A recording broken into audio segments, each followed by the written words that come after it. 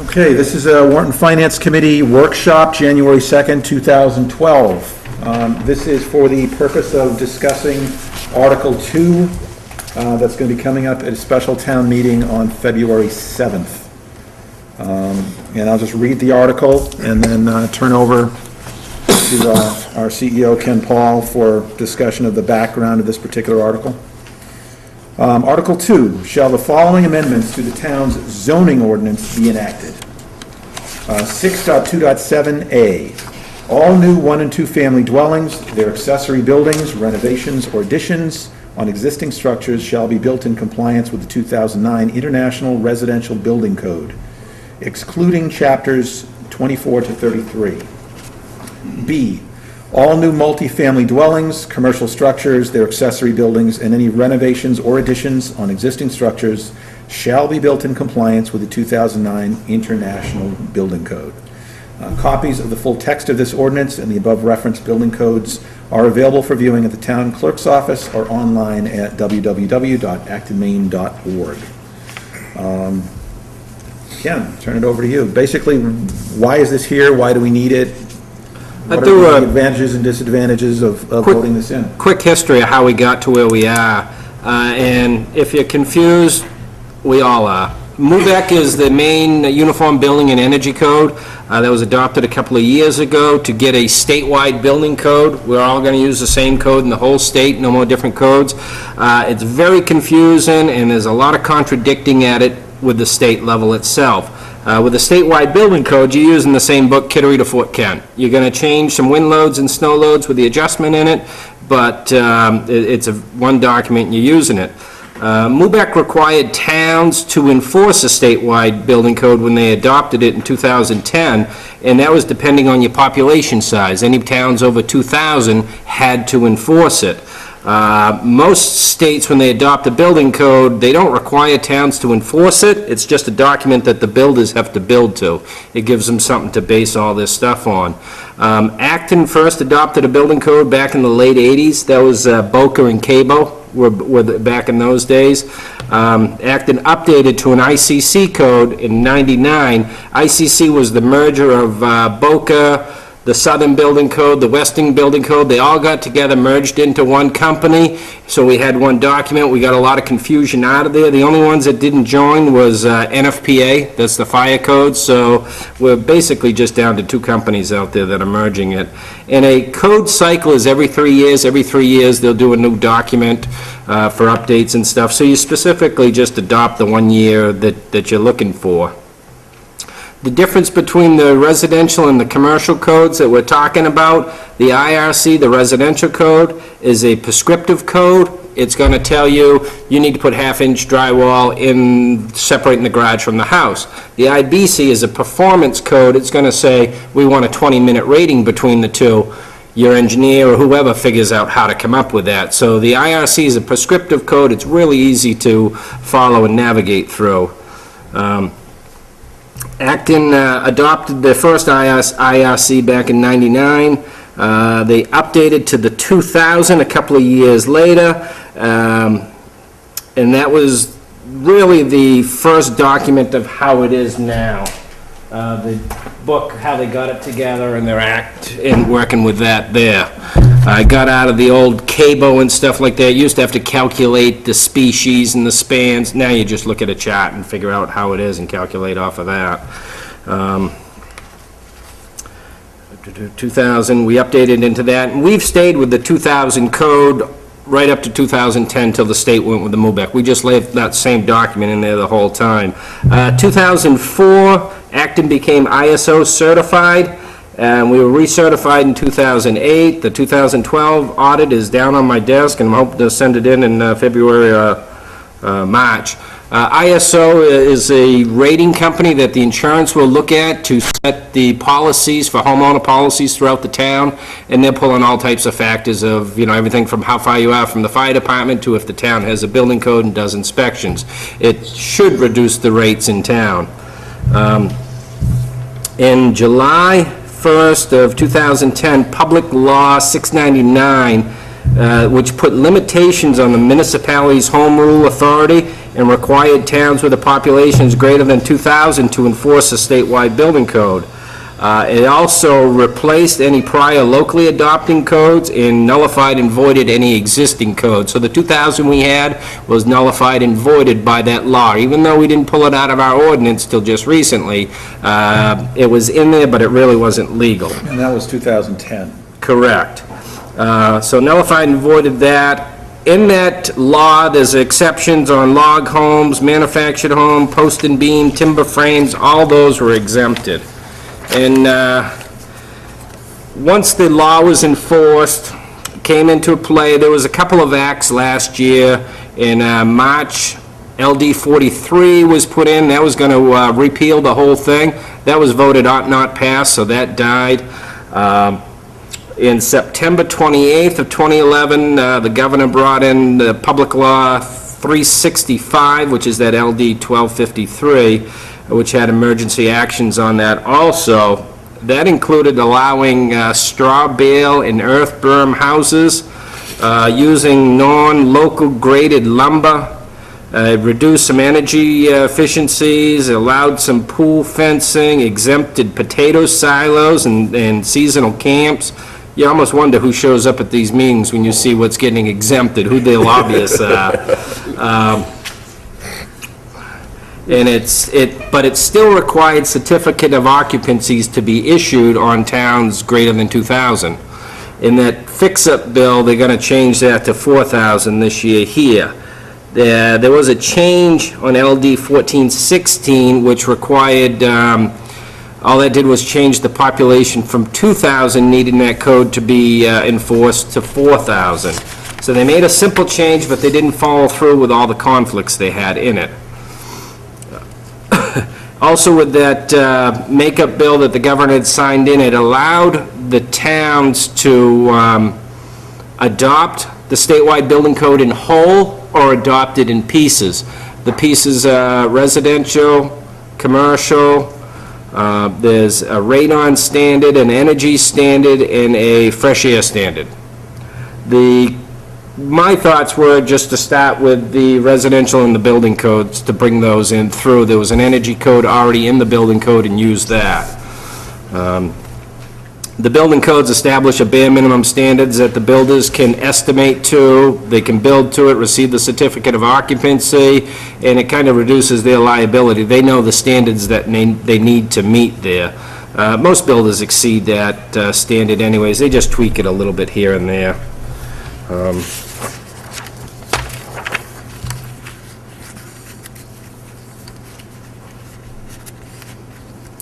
If we look at the little packet, it has that draft ordinance on the cover.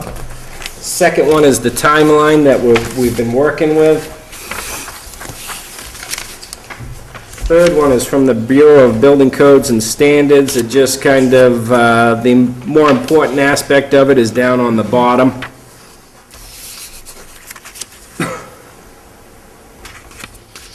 That has the September 28th, 2011 date where they changed the 2,000 to 4,000. But it talks about what we can do or don't do. So if we don't do anything, we're going to have no codes at all. This is an opt-in method, I guess, versus an opt-out method. And it just makes it tough for the builders, too, from town to town. Some will have it and some won't, versus all towns should have had it, and whether the town enforced it or not, that's totally separate. Then the last thing in your packet is just decoding the MUBEC building code, and that kind of gives you a little census of where they were headed with all of it. Then it looks like they still have some things in flight for this year as well. Yeah, so some of the conflicts are, they pulled the building code out, but yet the code officer still needs to issue a certificate of occupancy. And they did pull out, in that last bill, one of the requirements for the code officer was to stop the spread of fire during his construction inspections, and they have pulled that out.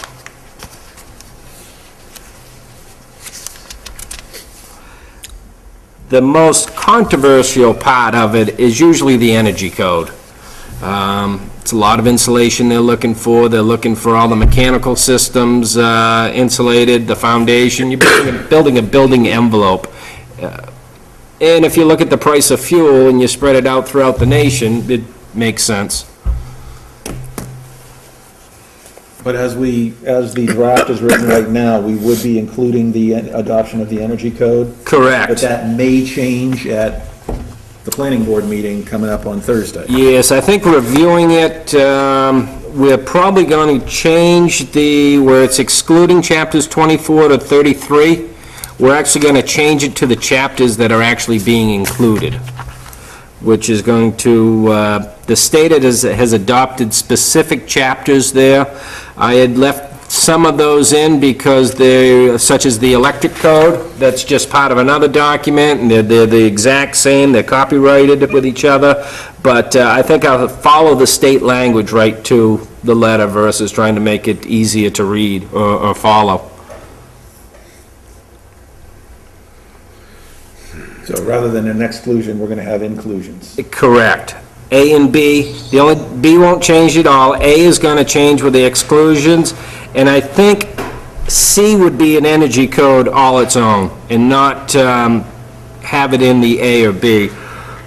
And just to get a feel through the planning board public hearings if people want the energy code, because we can adopt out of it. That was one of the bigger problems that I could foresee with this code is, as people are trying to build seasonal camps that they're not even at it the winter, they had to meet all these energy codes and standards, and that was one of the biggest things. The state did allow, came in last year, an exemption for seasonal cottages, and a definition for that was the water was disconnected on October, the end of October or something like that. Makes sense, it was going to be useful to us. Looking at the state law, they're going to pull that exception out in June of next year, which really is hard when you leave an exception in for a year or two and you're trying to, document it all the way through. Especially when it makes sense. That's probably why they're removing it. Exactly, yeah. I mean, we had two in town this year that would have liked that. It was two that had burnt down in one of the fires. And they were truly, didn't use it during the winter. But as people dump 100 and something thousand, 200 into camp, these people may not be using it year-round, but somebody else sooner or later probably will be. Which doesn't matter to me. We can document it as seasonal dwelling and use it as you need to. You just never be able to convert it year-round. So the energy code as it sits right now does have an exception for seasonal. What's that, chapter 11? Right? State law does, yeah, does allow seasonal. And if we can choose to bring that in or not, and if we do, the state can potentially change it in June to drop the seasonal. Correct. So that's another wild card. Yeah, yeah. And the seasonal cottage makes sense for a large part of Maine. Southern Maine, northern Massachusetts, it's doesn't make much difference. Like I say, very seldom I'll see a seasonal cottage being constructed around here. Isn't it more now they're changing them from seasonal to year-round? Most of the people are, yeah. So this exception would allow you not to follow the energy code. Could they apply for variance to not insulate it through the town if I don't think we'd have grounds to grant the variance. Through the zoning board would be the only person that could grant that. And the zoning board wouldn't be able to do that? They wouldn't have a standing to, I don't think. Which, I had thought of bringing that exception in here, but when the state pulls it out, they'll nullify and void anything we had, so we would allow it, but it would be illegally done. So if we're going to put in 11, we should probably assume that it's going to be across the board with no exceptions, because very soon that's likely to be the case on the state level. That's how it is right now. Right now, there is an exception, but in June there probably won't be on the state level. Unless somebody changes it. Okay. Which I was kind of trying to get a feel, reading the minutes to the, some of the boards and meetings up there to see if they were just trying to get enough time to get it back in committee and get it put into the law permanently, besides the emergency action the governor signed, or was it somebody just needed to have their camp built? Well, if they went log home with timber frame, they'd be exempt anyways. And when I was first reading the exemptions of log cabins and timber frames, when they were at the committee, they wanted to be exempted from the energy code. And when the minutes got typed, is how I take it, they got exempted from the building and energy code, and they just left it through and it's in the law now. So basically, what we're dealing with now is a typo at the state level? That's my guess, but, I mean, it's the lobbyists for the log cabin companies were there, and the manufactured housing people were there, and the timber frame companies were there. Their lobbyists were all there. So accidentally on purpose? Yeah, exactly. No, I was working up here in Parsonsfield this fall, and these people are gonna build a timber frame house. And the code officer up there wrote right down through what the inspections are gonna be. You know, I mean, the timber frame is a little bit different, you know, when your panels and all of that It stuff. says timber frame, but I really don't know what a timber frame is. We used to stick frame the first floor walls and throw some beams and decking on the second floor and then put some roof. Is that a timber frame? Conventional. Conventional with some beam work in it? Yeah, that's what Yeah. it is. I mean, a true timber frame is the whole structure is a skeleton. the whole Is how, with the SIPS panels in between. That's what I would call a timber Panels, frame, so but, now you're running water and electric and, you know, whatever up in your walls. yeah. You know, how can you get an inspection now? Timber frames, most of the SIPS ones we've had in town was continuous inspections throughout the process. But these people here, how we've worked it in town is if you got a permit prior to the date that the state nullified and voided our codes, we'll carry it right through, because you're still paying all the fees. And it's really difficult if the last year and a half, we've been working together, you're ready for your certificate of occupancy, so you can close your bank out and get your final payment. It really isn't fair to the person that went through all that process not to get a certificate of occupancy. So if you received your permit prior to that date, we're continuing like there was a building code. I do have a couple of under construction now that voluntarily want to meet the code. So in the certificate of occupancy, it'll note that they do meet that too. Under a timber frame house or a log? Regular conventionals. Regular conventional, which is simple enough. I mean, Exactly. That's just what it is Yeah. today, so. So they don't want to be caught in the probable legal battle when all of this gets ironed out, and we had this couple of months of time That's right. when anarchy reigned and... And what even makes it more confusing is if we want to active this back to the September date, we can, which I don't know how that would work, because was I doing the inspections? Did they want them done? You know, so that's just really makes it more fuzzy. Yeah, that seems to me that would be difficult. So I didn't want to touch that one. I said, if you want it, the inspections, they're voluntary, we talk about it now right up front, because they're still paying the full fees. And the insurance companies are the people that really drive the codes. You know, if people are slipping and falling on the stairs, they're going to change the geometry, make the handrail better. The snow loads they've increased, they don't want you shoveling your roof. They want you to look up there in February and see 4 or 5 feet of snow. Don't even get up there. And don't hire the kid from down the street either. Do not, you know, because you're gonna get hurt, you're gonna fall off, you're gonna do more damage, so, If I can snow on any roof today. yeah. So that particular slide that's up there now does seem to summarize pretty well, you know, essentially what has happened and what we need to get and how we're going to get out of it.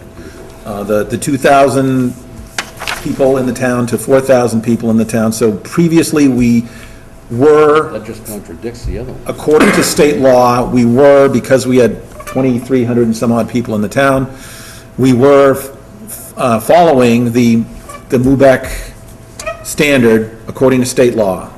They just changed that to 4,000, which leaves us out of the mandatory following of the building code. And, oh, by the way, also says whatever building code you had is null and void, and you have to opt in if you want one. Correct. So in their infinite wisdom, here we are. They haven't changed to 4,000 yet. the vote is gonna be on this, right? My understanding is it is in place at this time. Correct. It is in place. It was As as of- of 28, Correct. September 28, 2011. But they haven't voted to put this into Yeah, as of September 28th, At the state 2011. level, the state level. not at the town level. So they, instead of dealing with it at the state level as one meeting, one committee, they've then kicked it out into hundreds of towns. So there are 400, I was reading on the web today, there are 400 towns that are between the 2,000 and 4,000 400 towns? Statewide. statewide. I think So there's what- 85 or 86 that have a building code now. What are the So they've ramifications of reacted these to it. towns that don't opt in? Like, let's just say, for example, this goes to February 7th. We get 20 people that show up and it doesn't make it. Yep, yep. What are the ramifications? I would look at it again as Are we? a builder.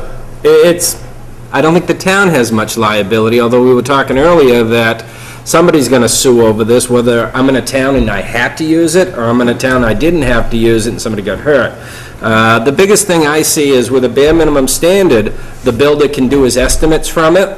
He can do it and rely on his inspections that are gonna meet that and get a certificate of occupancy at the end. If you don't have that document and you bid 200 and somebody comes in at 65,000, there's no minimum standard they need to meet. So, and eventually over time, That's happening every day, yeah. what you just said. Yeah, we all remember the stairs at our grandmother's house that went straight down to the basement. You can do those again. So I can see ISO, I'm holding off on that ISO audit. Hopefully I can fill it in that it's 2009, we're updated codes. If we say no codes, then that just gives the insurance company a reason to make adjustments on the homeowner policies across the whole town. Goes your insurance. Yeah. Yeah, as soon as they see that you don't have a building code, the homeowner's insurance is gonna go through the roof. Yeah. Because you don't have fire insurance, they don't have fire inspections anymore, you still have to have electrical inspections, all right? Yeah, but you'd be referring to mostly new construction though, that Yeah. you'd be looking at the Right. insurance costs. Yeah. Yeah. So electrical, House plumbing, we have those codes in place right now. It hasn't changed. What has changed is the wood around it. So popsicle sticks, as you were saying, you get some Yeah. lovely glued-up popsicle sticks that can support the plumbing and the electrical to code, and you're in good shape. And it's tough because somebody may ask, how much more is it gonna cost me to build my house to this code than without it? If you were comparing a 2x10, 16 inches on center to a 2x12, 24, then you could calculate it out. But really, you're calculating a popsicle stick, 4 foot on center to, it's impossible to calculate. What's it gonna cost you to fall through the floor to the basement? Right, right. And we all have the my home, my castle theory, but the castle's here for 100 years, maybe. Yep. New houses that are built, well constructed, they're here for 100 years, so you could have 10 generations rolling through. And the worst thing usually would be one of our kids buys a house. You'd want that thing to at least meet the bare minimum standards. Otherwise, they've got their mortgage, but yet they have to keep dumping money into this thing that has the energy Well, going right out not the only windows. that, but when the bank says you have to have insurance, and the insurance company says, where's the signatures that show this place was built to some kind of a code, what do you do then? Yeah, We- refi, selling, all of that is gonna have that Yeah. same problem. We've adjusted our certificate of occupancies that says meets zoning requirements, and then we've got some exemptions for the log cabins and the manufacturers and the timber frames, a couple others on there. But other towns I've talked to, their lawyers said, no, you issue nothing. So, If you say it meets zoning requirements, you'd kinda have to, have an asterisk and say, these are the zoning requirements, meets the zoning requirements for its district, and yeah. So, So you're not spinning any false stories, no matter how you choose to interpret that thing about meeting zoning requirements. There are exactly, no just that it zoning meets the setbacks, Yeah, the shoreline zoning as requirements. opposed to the building code. Exactly. So you could, in theory, right now, hire a contractor. who Or builds- yourself. Or build it yourself. Yeah, Build it however you so choose. yeah. Ignore all the codes, There isn't any to ignore. just a custom build. Yep. Yep. Get a plumber and it would- electrician. Would not meet the code, but if you were financing it through a bank, you'd have a major problem because the bank is going to want your certificate of occupancy before Yep. they release the final payment. Yeah. So we are issuing a certificate of occupancy if they voluntarily choose to adhere to a code, which we don't legally have at this time, but we're sort of saying Trying to work with them. arbitrarily, here you go, this is Yep. the code, that you voluntarily can have me voluntarily inspect, and I voluntarily give you a Certificate of occupancy. certificate of occupancy that will satisfy the banks, and you're in good shape moving forward. Or if your permit was pulled prior to that September 28th date, we'll also In work which with them case, there. you'd have to adhere to. But in turn, standard. you need, if you, that custom-built house, you still need the plumbing to be inspected, you said. The plumbing gets inspected, the chimney gets inspected, the wiring gets inspected, the septics gets inspected, the site work, so basically it's the main part of the structure, which has always been an issue. The electricians and plumbers were licensed, but the guy handling all the money and building the structure There you go. doesn't need any licensing or bonding, and I'm not really in favor of licensing for contractors, but But if you took the bank out of the equation and you were looking for an occupancy permit, then you could definitely have a subpar residence. oh yeah. And good yeah. luck selling it. But now, Yeah. No way to enforce it. in turn, Is that now what true? happens with this down the line, and you want to sell that house, They're looking, they may not The need the individ- CO that day, and I've seen people go through a couple of major mortgage changes, switching this and that.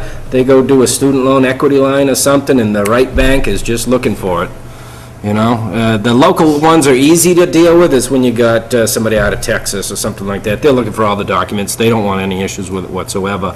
As you see areas, and we all have different areas that we know that were constructed in the 70s with no building codes, you notice that they slowly dilapidate over time, and then that area becomes non-owner occupied. They're rentals. The owner doesn't even live in there, they're rental. Now you got that whole subdivision full of rentals, which just turns into slums basically over, 50 years or so. So are you saying that the homeowner should hold on to their certificate of occupancy if they build a house? Oh, the town should have a the copy of town it. should have it. Yeah, we have a copy. We're always getting requests from banks for a copy of the septic signed off, the plumbing signed off, the CO. They're always looking for good documentation. But the default right now is unless the homeowner works with the CEO and actually asks for it, the default is, because it's not a legal requirement at this time, that you're not gonna get it. Correct. And that could cause trouble down the road for the homeowner. Yep. And most of it's really not the structure's going to blow down, it's a slip and fall on the stairs. And if you look at some of the information on those, the amount of, I don't want to say elderly, because I think it's only a 60, a slip and fall for somebody over the age of 60 is 75% fatal within, I think it was 12 years. Broken hip, basically, on a small set of stairs, and it's 4 rises or less is most of the major slip and falls. So usually your entrance stairs, a little bit of ice on it, you're carrying groceries. Broken hip just rolls into thousands of dollars. So that might include maybe no railing on the stairs, that kind of Yep, yeah, thing. graspable handrail, poor geometry, and we're all at home, we're all relaxed, enjoying yourself. Next thing you know, it's doo-doo-doo-doo-doo, boom. Good sound effects. Like I said, it's one of the most confusing laws I've ever had to track through the state. With the original LD went through, and then the amendments came, and then the governor's final action with the emergency bill he put through it.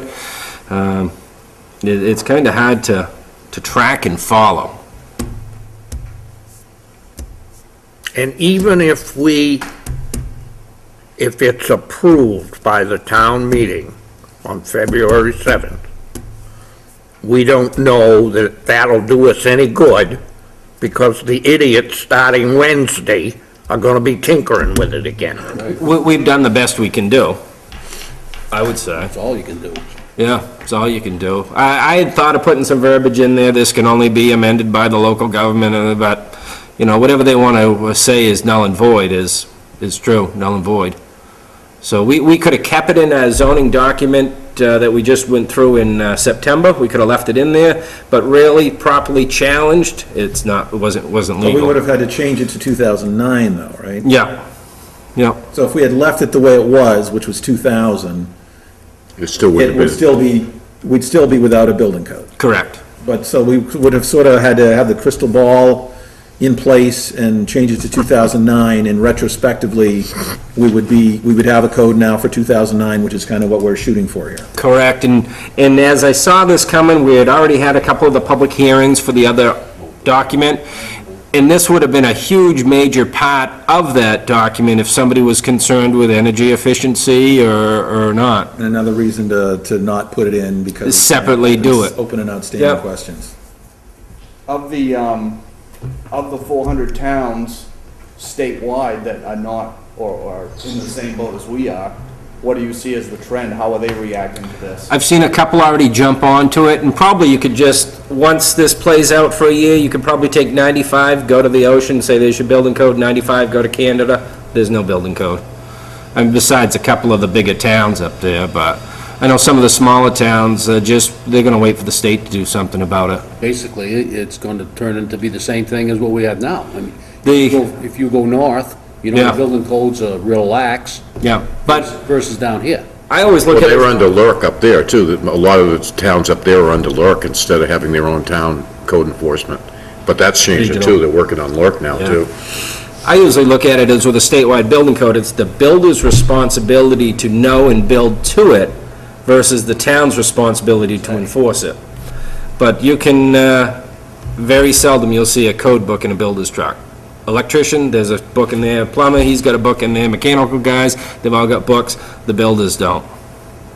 They haven't been supplied training options, they don't know really where to get it, but, Well, plumbers and electricians have to go back to school and take a code course every 3 years to get a license renewal. and usually they'll have the questions and they'll go for their document, they're used to working with the books. Yeah. What we had before MUBEC came in was Acton had the 2000 code, Shapley had an 03, Sanford was an 06, Newfield had their own they made up. So as a builder trying to, or a supplier trying to send out stuff, a lot of stuff's just coming right back because it wasn't allowed, didn't prove. I just did this in Sanford, why can't I do it here? So statewide makes perfect sense. That was good until they brought that last amendment in and changed the... Yeah, if they had just passed Screwed it, everything up right there. that it was statewide, Yeah, everybody had to follow the same rules. yeah. And it's a national code, so that's even better.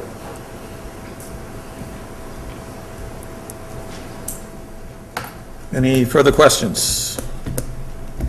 I have one comment on top of what we've just talked about. I think I may have mentioned on camera or not earlier that at the planning board meeting on Thursday, they're going to be discussing this particular topic and also going to be voting on the final verbiage for the article that's going to be going before the town. So, and I think we've already talked about, and rather than exclusions of certain chapters, because they're covered elsewhere, it's going to be inclusions rather than exclusions. And there's some question as to whether the energy portion of that, which is chapter 11, will be included in that. I would ask that when that public I'm gonna, the planning board meeting is going to then segue to the public hearing, right? Right at the end of the meeting? I think they're going to discuss it during the public hearing, aren't they? It's the Correct, that's how public I took hearings it. first.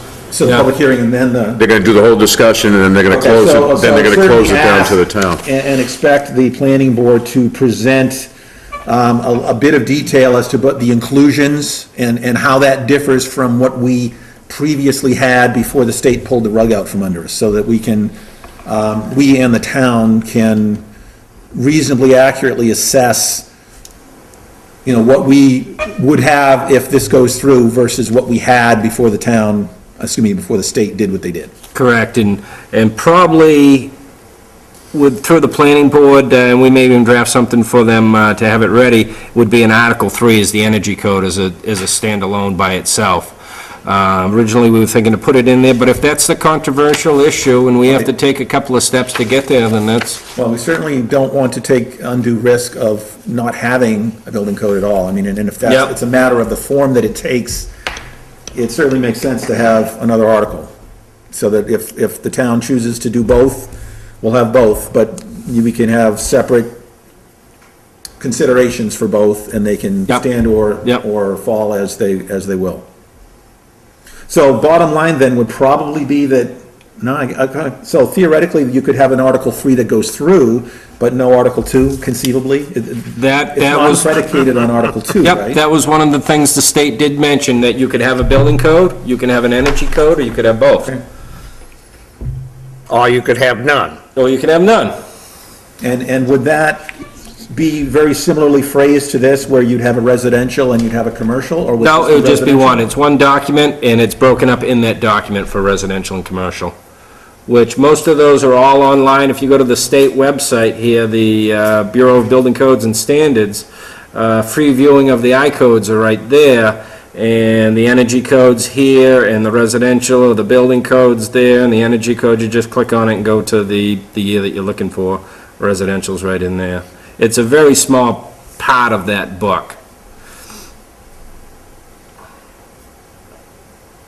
Sounds good. Any further? Yeah, I have a question, actually. Go ahead.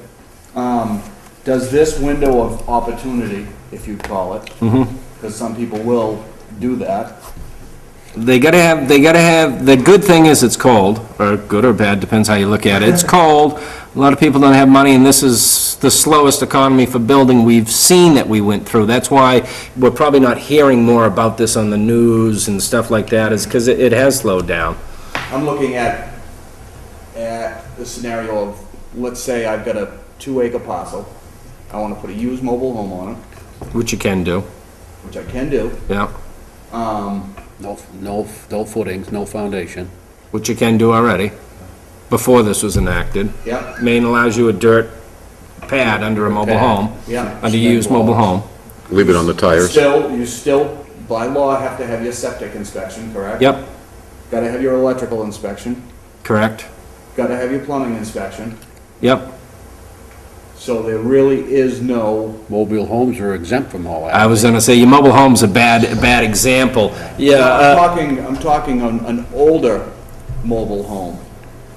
which the state has a manufactured housing board that's separate. They didn't get sucked into all this, just like the electrical and plumbing didn't get sucked in. Manufactured has their own. So how about we go with Guidelines. an ice house that we drag off the lake and sit on the lot and put some nice plumbing and electrical and Yep, whatever into it? yeah. Fine. You know, your main concern to me would be something somebody's investing a lot of money into, because that's gonna be here. If they're just building a shed and putting a little apartment in it, and it's a 8 by 12, you know, you're talking 5-10 grand in the thing, it's not a huge problem. Your problem's gonna be somebody constructing a 32 by 40 house on a slab with no insulation and stuff like that. That structure's gonna be here for a while. We talking maybe like a spec home or something the builder is doing for a customer that they're maybe not quite fully upfront about how they're doing it? Spec homes were the reason we started the code in the 80s. I was on the committee, and the spec homes that were being built were just, they just weren't being built right, and we had some good builders in the time. Peter Smith was one of them. Yeah, Peter Smith was one of them, and he was all for it. He backed us. I think he wasn't on the board, but he was very outspoken because of what was being built as spec homes in the town of Acton at the time. And a lot of those were probably waterfront? Yep. Ish? Yep. You know, so there's your high end, and probably a lot of those are still there. Yep. The ones that I can think of, the T111 on them. Yep. They put a little bit of foam on the outside, shingled this right on top of the foam. Cut the and trees down, put the slab right on top of the stumps. The same builder did a development in my community, and you can just see how it's just cost so much for the people to live there. They can't, the electricity's expensive, the heating's expensive. The other thing that came out of that at that time was the regulations we have now where somebody wants to do a subdivision, they have to pay for engineering and they have to pay for costs and they have to give us a bond. We never had any of that before. So they just went in, they had a piece of land, they could cut it up the way they wanted to according to zoning, build whatever they wanted to, and they didn't have to have any engineers or any, you still had that plumbing and electrical inspected, but nothing else. So that's why we had the building code come into effect in the 80s in the I first can place. tell you from experience, the house I'm living on in Mills Road was a double wide. In one of the closets, it shows the serial number for both halves. Yep. When I went to remortgage it, there's supposed to be a 2-by-6-inch brass plate on the outside of each unit. Yep. It was never there. Somebody did some re-siding or took it off, or... Well, when we recited it, it wasn't there. The guy who bought the property said when they put the brand-new house on the property, it wasn't there, but it's in the closet. But the bank almost denied me. Yeah, The only reason I got it was because I was dealing with the same bank, yeah. and they'd been carrying a mortgage on it. Had it been an out-of-state bank or, Yeah. far bank away, it'd be had. The sticker on the outside is a manufactured home, mobile home. The sticker on the inside is a modular home, pre-site construction home. So that's usually the difference. But it's like Andy was saying, it may not be the guy that puts the house up. It may be when he gets ready to sell it to somebody, and you can't. Yeah, our bank isn't gonna finance it if it's. No way. They're getting tougher all the time because of all the foreclosures. In state law or LD 1253, some of the verbiage that they had in the heading of it is contractors, lenders, communities are able to build and sell high-quality buildings in the state of Maine.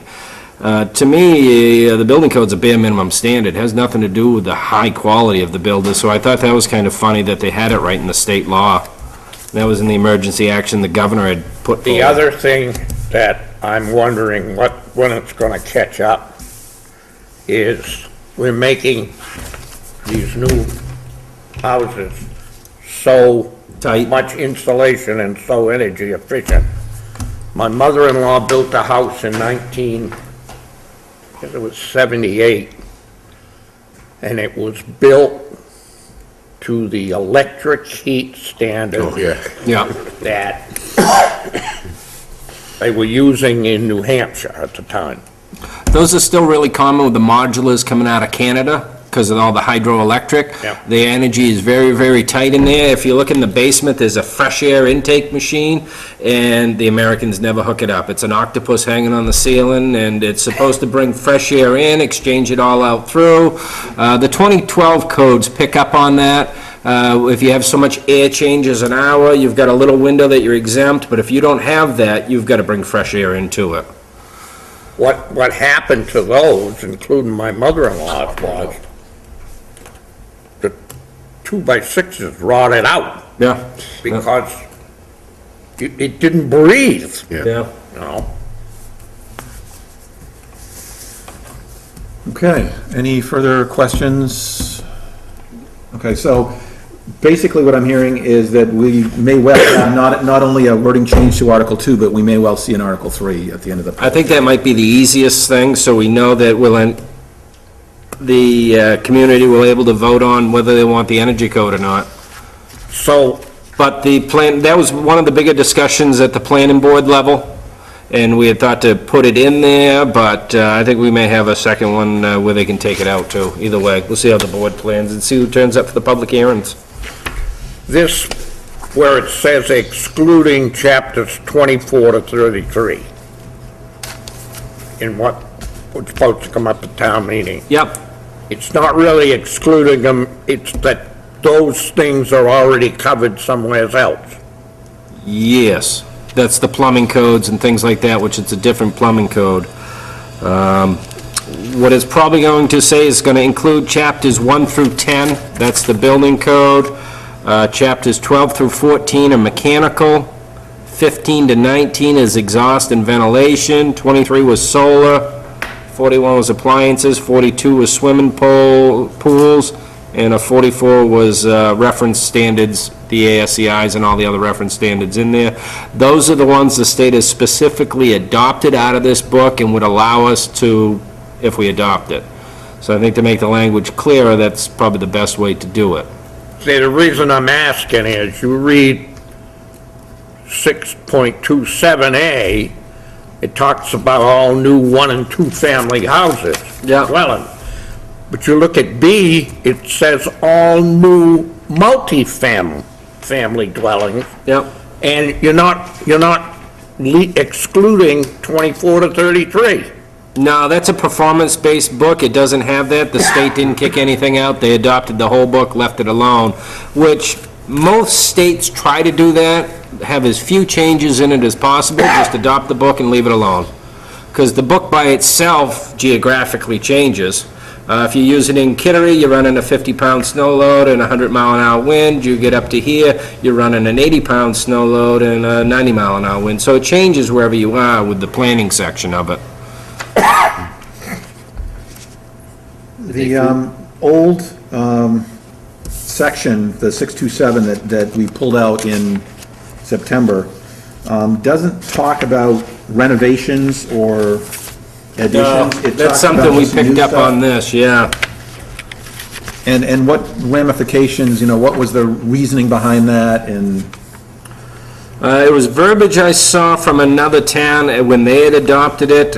We didn't have it in there. It is in the document itself, so it's kind of a contradiction that we've adopted it. In Chapter 1 tells you it's for alterations, removing renovations. It goes through a whole list of things, but we specifically really said 1 and 2 family dwellings before. all new. Correct. So we just got the verbiage in there of renovations or additions to an existing structure, just to make it clearer. Right, and if you look at the zoning, I mean, there's a whole lot of references to, invoking our zoning ordinance when you make additions and renovations. If you're not gonna do that, Yep. you're good, but if you are gonna put new construction in there, on top of an existing structure, you need to adhere to certain standards. And essentially now we're saying that specifically to be in agreement with the code that we're invoking. Correct. All right, that makes good sense. Thank you. Was that from the MMA language? Those letters they sent us, was that in there? No. No. No, they didn't pick up on that. We did send the article to MMA, and they were happy with it how it is. But there's still a slight contradiction in there, and we'll clear that up for the planning board meeting. Okay, so we have, what, one hearing between now and, actually, I think there's two. The planning board public hearing on the 5th. We're making our vote on the 9th, a week from today. There's a Board of Selectmen public hearing on the 12th. Right. Okay. We'll be doing that at our beginning of our meeting, and then going into our regular meeting afterwards. Okay, so hopefully, all the i's will be dotted and the t's will be crossed by then, so there won't be too much to discuss beyond the weirdness of the situation we're in the first place. All set on questions, comments? Thank you, Ken, for Thanks for your coming. explanations. Okay, we have asked at our last selectmen's meeting, we'll do it again this week, that anybody that had anything they wanted to add to the warrant for this year, that they have it to us by the end of January. We're gonna ask all the departments to have their budget to us, probably by the end of February. We'll discuss that tomorrow, but probably by the end of February, we should have all the budgets in, so that we can get going with that. You guys haven't started with the school board yet, huh? No, school is actually, and I want to make sure, or at least revisit the fact that we've been invited to the school board. Excuse me, that one. The 10th. It's not in that one. I just 10th. had that one on the 10th. Tuesday, January, No, that stuff's not in here. no, it isn't in there. It's the first Tuesday, it's gonna be second Tuesday of this month.